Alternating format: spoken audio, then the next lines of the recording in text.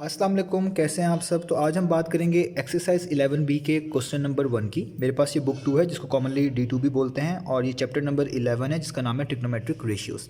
तो मुझे इस क्वेश्चन की रिक्वेस्ट आई हुई थी, तो मैंने इसलिए कहा इसको जल्दी से अपलोड कर दूँ। तो आइए स्टार्ट करते हैं। क्वेश्चन नंबर 1 इसमें लिखा हुआ है find the value of unknown in each of the following right angle triangles. नीचे हमारे पास दो राइट एंगल ट्राइंगल्स दिए हुए हैं, हमने इसमें से जो वैल्यूज़ अननोन है वो फाइंड आउट करके दिखानी है। राइट एंगल ट्राइंगल्स ऐसे ट्राइंगल्स होते हैं जिसमें कम से कम एक एंगल आपको 90 डिग्री का नजर आता है। तो जैसे यहाँ पे देख रहे हैं 90 डिग्री का एंगल है, यहाँ पे भी एक एंगल 90 डिग्री का है, तो ये दोनों राइट एंगल ट्राइंगल कहलाएंगे। अब अननोन क्या है? अननोन ये है जैसे पहली वाली राइट एंगल ट्राइंगल में a सेंटीमीटर हमें नहीं मालूम, हमें ये फाइंड आउट करके दिखाना है, और दूसरी वाले ट्राइंगल में b सेंटीमीटर हमें नहीं मालूम, हमने यहाँ पे ये फाइंड आउट करके दिखाना है। तो आइए इसको स्टार्ट करते हैं।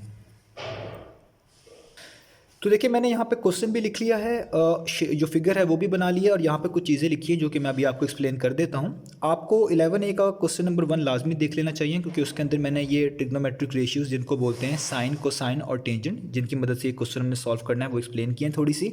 तो वो आपको हेल्प करेंगी इस क्वेश्चन को और अच्छे से समझने के लिए। बाकी मैं कोशिश करूँगा यहाँ पर भी जो चीज़ें हैं वो डिटेल में बता दूँ। तो जब भी आपको राइट एंगल ट्राइंगल आया करेगा, उसके जो ऑपोजिट साइड हुआ करेगी उसका नाम होगा हाइपोटेन्यूज। तो देखिए इस 90 डिग्री की ऑपोजिट साइड जो थी वो हाइपोटेन्यूज है, और वो मैंने यहाँ पे लिख दी गई है यहाँ पे 15 सेंटीमीटर। इसके अलावा जो भी एंगल आया करेगा, ये एंगल है 67 डिग्री, इसके जो ऑपोजिट साइड लिखी होती है उसका नाम हम रखते हैं ऑपोजिट, यानी ऑपोजिट साइड। तो देखिए मैंने ऑपोजिट साइड क्या है 67 के, वो है a सेंटीमीटर, तो ऑपोजिट के आगे a सेंटीमीटर लिख दिया है। अब ये जो एंगल होता है इसके साथ दो साइड्स होती हैं, एक ये वाली साइड और एक ये वाली साइड। ये वाली साइड तो फिक्स है, वो हाइपोटेन्यूज हो चुकी है। तो ये वाली जो साइड होती है इसको हम बोलते हैं एडजेसेंट। तो एडजेसेंट भी मैंने यहाँ पे लिख दी है, ठीक है। और ये हमें नहीं पता इसकी ये वैल्यू क्या है, तो इसलिए मैंने यहाँ के क्वेश्चन मार्क लिखा हुआ है। और यहाँ पे जो एंगल गिवन है 67 डिग्री, वो भी मैंने यहाँ पे लिख दिया है, यानी कंप्लीट इन्फॉर्मेशन मैंने यहाँ पे लिख दी है। जब भी ऐसा क्वेश्चन आएगा, सबसे पहले तो आपने ये फोकस करना है कि आपको फाइंड आउट क्या करना है। तो हमें फाइंड आउट करना है ये वाली a सेंटीमीटर, और a सेंटीमीटर है बेसिकली ऑपोजिट, यानी आपको ऑपोजिट फाइंड आउट करके दिखाना है, एडजेसेंट फाइंड आउट करने की जरूरत नहीं है। जो चीज़ फाइंड आउट करके दिखानी है उस पर फोकस रखना है। मैंने यहाँ पे लिख जरूर दिया है एडजेसेंट फाइंड आउट करना है, लेकिन हमें इसकी जरूरत नहीं है, क्योंकि हमें जो चीज़ फाइंड आउट करके दिखानी है वो जस्ट a सेंटीमीटर है, और वो बनती है ऑपोजिट। अब यहाँ पे ये डिफरेंट ट्रिग्नोमेट्रिक रेशियोज हैं जो आपको याद होने चाहिए कि sine of some angle a equal होता है opposite over hypotenuse, cosine of some angle a equal होता है एडजेसेंट ओवर हाइपोटेन्यूज, और tangent of some angle a equal होता है ऑपोजिट ओवर एडजेसेंट। ये वही साइड्स हैं जो यहाँ पे मैं लिख रहा हूँ। तो आपने ये देखना होता है कि जो डाटा आपको गिवन है यहाँ पे, वो इन तीनों में से सबसे बेस्ट किसके अंदर सूट करता है। याद रहे आपको, ये जितनी भी ट्रिग्नोमेट्रिक रेशियोज हैं इसमें तीन चीज़ें होती हैं, दो साइड्स जैसे ऑपोजिट हाइपोटेन्यूज और एक एंगल।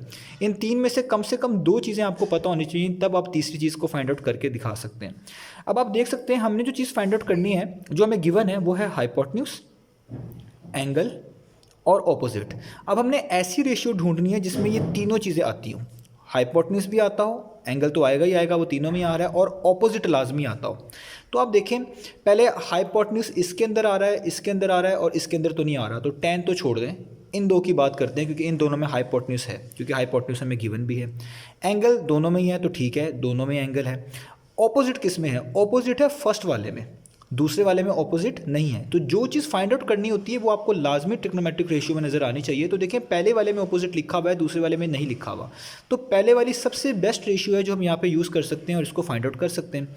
तो मैं यहाँ पे लिखूँगा साइन ऑफ एंगल ए। अब एंगल ए यहाँ पे तो जस्ट सिंबॉलिक रिप्रेजेंटेशन ही है एक तरह की, एक जस्ट एंगल ए यूज़ कर रहे हैं। आपके पास जो यहाँ पे एंगल होगा वो आप लिख लीजिएगा। तो यहाँ पे लिखा हुआ है 67 degree equal to opposite. Opposite क्या है? वो है a centimetre, opposite over hypotenuse. Hypotenuse कितना है? वो है 15 सेंटीमीटर। अब आपने a फाइंड आउट करना है, तो ये 15 यहाँ पे डिवाइड हो रहा है, यहाँ के क्या हो जाएगा मल्टीप्लाई, तो ये आपको 15 को मल्टीप्लाई करना पड़ेगा साइन ऑफ 67 डिग्री से। तो आपके पास आंसर आ जाएगा किसके इक्वल? a के इक्वल। तो मैंने जब 15 को मल्टीप्लाई किया है साइन ऑफ 67 से, तो आप देख सकते हैं मेरे पास आंसर आ रहा है 13.80, और ये आगे तक चल रहा है। तो यानी मैं इसको लिख सकता हूँ कि ये अप्रॉक्सीमेटली है 13.8, ठीक है। तो ये मेरे पास इसका आंसर आ गया, क्योंकि ये लेंथ है और सेंटीमीटर में है, तो यहाँ पे सेंटीमीटर भी आप लिख लें ताकि बेहतर है। तो ये हमारे पास एक आंसर आ गया। अब इसी तरीके से इसी पैटर्न को फॉलो करते हुए हमने इसका बी पार्ट भी करना है। तो आइए हम इसका बी पार्ट भी स्टार्ट करते हैं। तो देखिए ये मैंने बी पार्ट यहाँ पे इसकी जो फिगर है वो ड्रॉ कर ली है। पहले इसमें भी सारा डाटा जो है हम लिख लेते हैं। तो आपको मैंने अभी बताया कि 90 डिग्री की जो सामने साइड होती है उसको बोलते हैं हाइपोटेन्यूज। तो 90 डिग्री ये है, उसके सामने साइड जो है वो हाइपोटेन्यूज है। तो आप यहाँ पे लिख लें कि हाइपोटेन्यूज जो है वो बेसिकली आपके पास क्या है, वो है 20 सेंटीमीटर। ठीक है, यही हमने फाइंड आउट करके भी दिखाना है। एंगल के जो ऑपोजिट होती है साइड उसको बोलते हैं ऑपोजिट। तो यहाँ पे आप लिख लें, तो वो आपके पास ऑपोजिट साइड कितनी है, वो है 9.7 सेंटीमीटर। अब एंगल जो गिवन है वो यहाँ पे उस पर कोई नाम नहीं लिखा हुआ, इसलिए मैं जस्ट उसको एंगल लिख रहा हूँ यहाँ पे। तो वो आपके पास है बेसिकली 15 डिग्री। मैं यहाँ पे दूसरी साइड एडजेसेंट भी लिख सकता हूँ जिस तरह ऊपर लिखी थी, लेकिन वो लिखने की ज़रूरत नहीं है क्योंकि मैंने आपको कहा है जो चीज़ हमने फाइंड आउट करनी है आप बस उस पर फोकस रखें, बाकी चीज़ों को इग्नोर करें। यहाँ पे इसलिए बता दी थी ताकि आपको समझ आ जाए कि आगे कोई क्वेश्चन आता है तो उसमें एडजेसेंट साइड यूज़ करनी हो तो आप लोगों को पता हो वो क्या होती है। अब आपके पास ये डाटा गिवन है, आपने फिर दोबारा इधर ट्रिग्नोमेट्रिक रेशियोज देखनी है और देखनी है कौन सा बेस्ट सूटेबल ट्रिग्नोमेट्रिक रेशियो आपको यूज़ करनी चाहिए जो इसके लिहाज से हो। आपको हाइपोटेन्यूज चाहिए, आपको ऑपोजिट चाहिए, आपको एंगल चाहिए। ये 3 चीज़ें आपको चाहिए इस रेशियो में।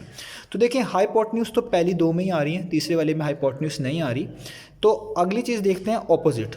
ऑपोजिट सिर्फ फर्स्ट वाले में आ रही है, दूसरे वाले में नहीं आ रही। तो इसका मतलब फिर से आपको साइन ही यूज़ करना पड़ेगा यहाँ पे भी। तो हम यहाँ पे लिखेंगे दोबारा से, मैं यहाँ पे लिखूँगा साइन ऑफ एंगल। एंगल है आपके पास इस बार 15 डिग्री इक्वल्स, साइन किसके इक्वल होता है, ऑपोजिट ओवर हाइपोटेन्यूज। ऑपोजिट है 9.7 सेंटीमीटर, तो ऊपर आएगा 9.7 और नीचे हाइपोटेन्यूज यानी आपके पास आ जाएगा b।